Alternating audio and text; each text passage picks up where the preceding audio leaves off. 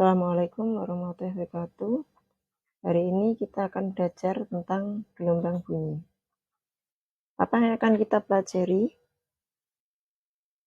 pada materi ini? Yang pertama adalah syarat terjadinya bunyi, kemudian sifat bunyi, frekuensi bunyi, menghitung cepat rambat bunyi, dan mengukur kedalaman perairan dengan gelombang bunyi. Bunyi adalah salah satu contoh gelombang. Berdasarkan ada tidaknya medium gelombang, bunyi termasuk gelombang mekanik, yaitu gelombang yang memerlukan medium dalam perambatannya. Gelombang bunyi dapat merambat melalui medium padat, cair, maupun gas atau udara. Semakin rapat molekul suatu zat, maka gelombang bunyi akan semakin cepat merambat. Sehingga dapat kita katakan pada air, gelombang bunyi akan lebih cepat merambat dan lebih cepat lagi jika melewati benda padat. Bunyi memiliki beberapa syarat sehingga dapat didengar, antara lain adanya sumber bunyi, kemudian adanya medium, dan adanya pendengar.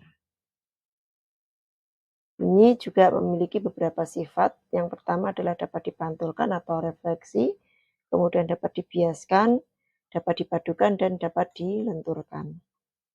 Tidak semua bunyi dapat ditangkap oleh telinga manusia. Ada beberapa frekuensi bunyi yang bervariasi. Manusia hanya mampu menerima audiosonik, yaitu gelombang bunyi yang dengan frekuensi antara 20 sampai 20.000 Hz.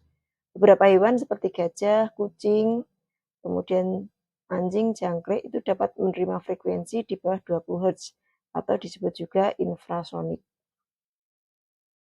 Sedangkan bunyi di atas 20.000 Hz dapat diterima oleh kelelawar maupun lumba-lumba.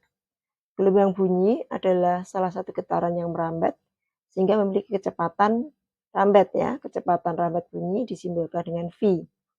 Ya, sama dengan rumus kecepatan di mana jarak dibagi waktu.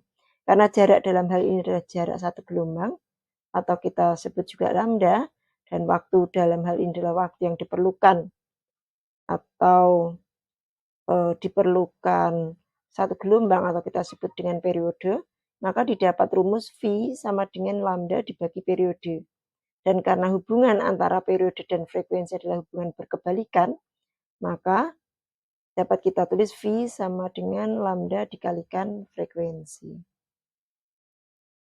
Mari kita coba latihan soal. Suara guruh terdengar 3 sekon setelah terjadinya kilat. Jika cepat rambat bunyi di udara 340 meter per sekon, tentukan jarak kilat dengan pendengar. Diketahui V 340 meter per sekon, kemudian T-nya adalah 3 second, ditanyakan S ya, atau jarak kilat dengan pendengar. Maka S dapat kita hitung dengan mengalihkan kecepatan rambat bunyi dengan waktu, yaitu 340 kali 3 sama dengan 1020 meter.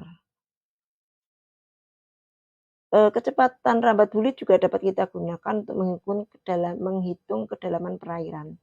Konsep yang digunakan adalah sifat gelombang bunyi yang dapat dipantulkan jika terhadang benda padat, misalnya dasar laut dan kapal di atas.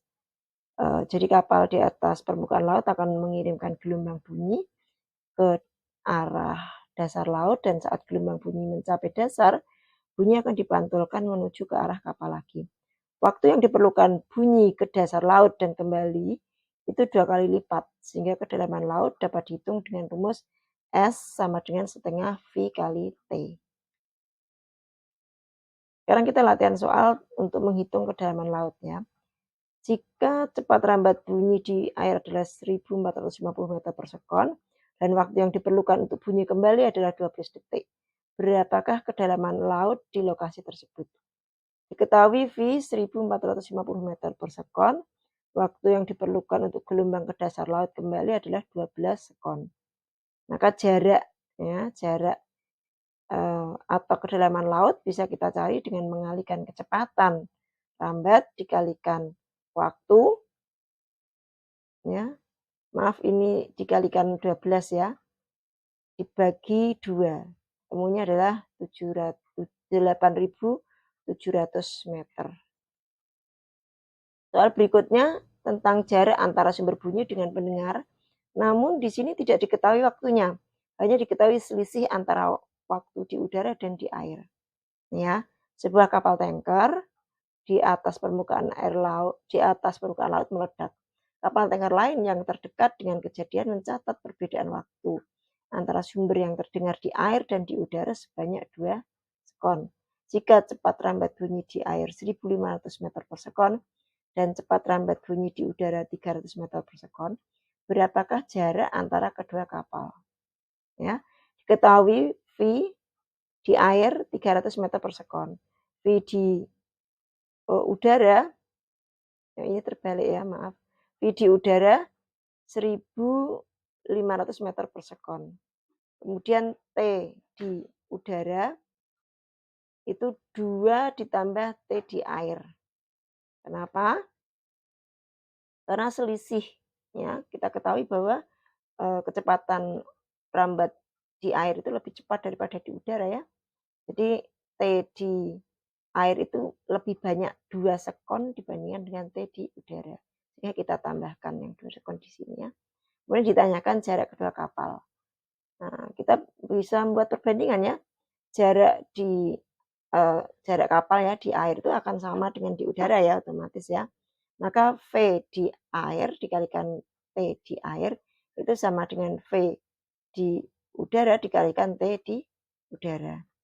Nah, V di air 1.500 kali TA ya, TA belum kita ketahui, kemudian 300 kali ini ya, kita masukkan 2 ditambah TA.